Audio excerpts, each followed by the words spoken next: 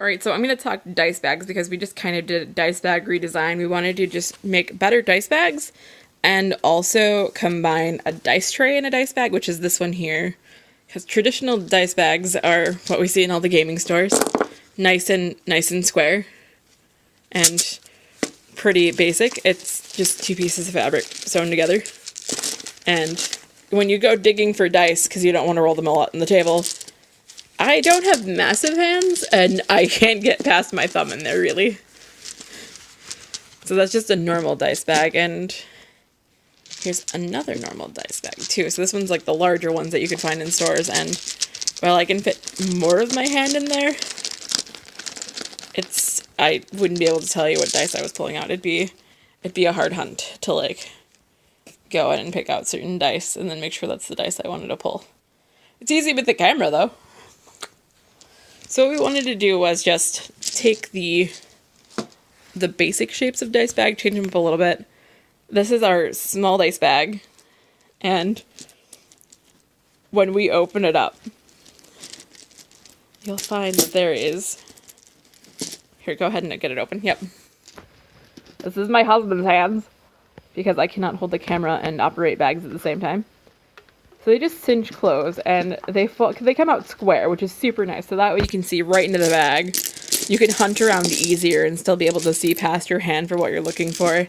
This is, if I go like this, and put these D6s back on there that showed you just how high the bags were, that's 119 dice in this tiny bag, which is more dice than most people would need to play with in a session, like as a collective whole, which is really exciting, because that means that if you have like game figures and tokens and things, you can also fit them in here.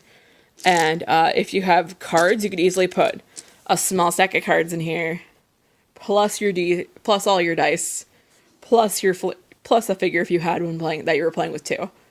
And the cool thing about this is that this bag actually appears larger than this bag over here, and this bag is probably my favorite bag. So if you want to go ahead and open up that one next, this one next.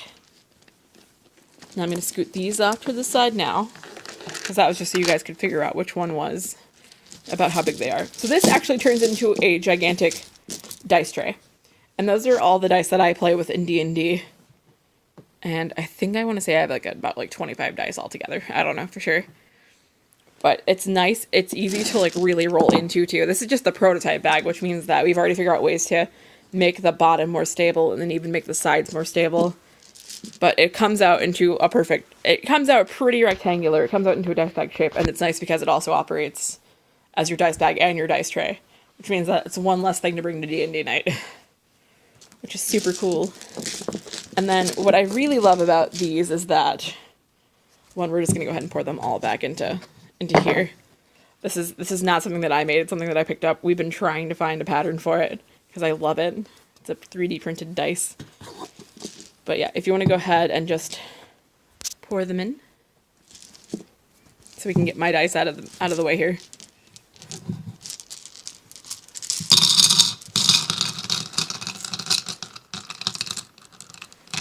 Okay. So yeah, all of my dice fit into here, and all of my dice actually, the whole spin down fits into the small bag too, which is cool. But if you would like to show them one of my favorite features about our dice bags on the dice tray, just because it's easier to do. This one, the dice tray. Move to just side. No, not that. Just flip the whole thing inside out. So, they're pretty easy to do, and you can actually convert them to have whatever print you want on the outside. And the 120 fit in there. Actually, all... Go ahead and cinch that up too.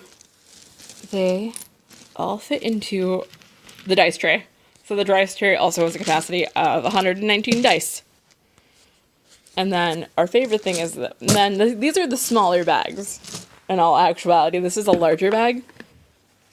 They are also reversible print too. So this one is Doctor Who on the outside, and then because I'm such a fan of that episode, I have Van Gogh Starry Night on the inside. And we pulled out the Elder box out of that one. Elder Dice Astral Tome. So they actually fit down in there pretty nicely into the bottom.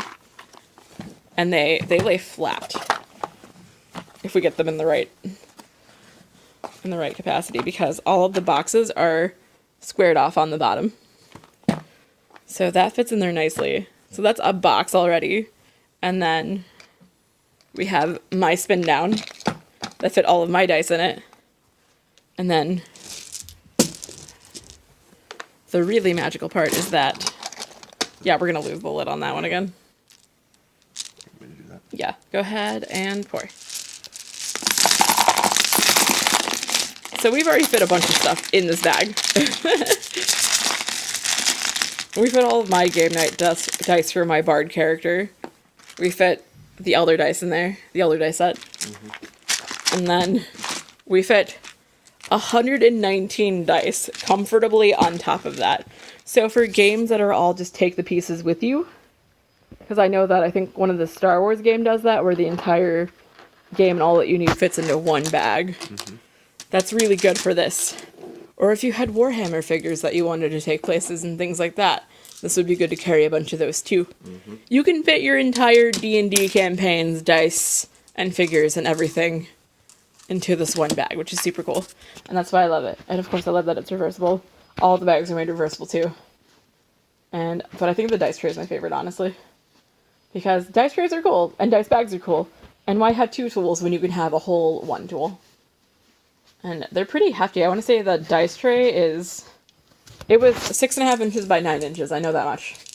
And then like another 3 inches at the side, so it works out really well. It rolls pretty nicely too, even for just our prototype. You got a 5? You got a 20 percentile though, so I don't know how well that is. And even that one is a... that'd be 27 total. That's 2. That's a 2? Yeah, I don't know. It is a fancy 2. Not sure why this 2's gray. It is a weird looking 2. Never been sure on that die. Yeah.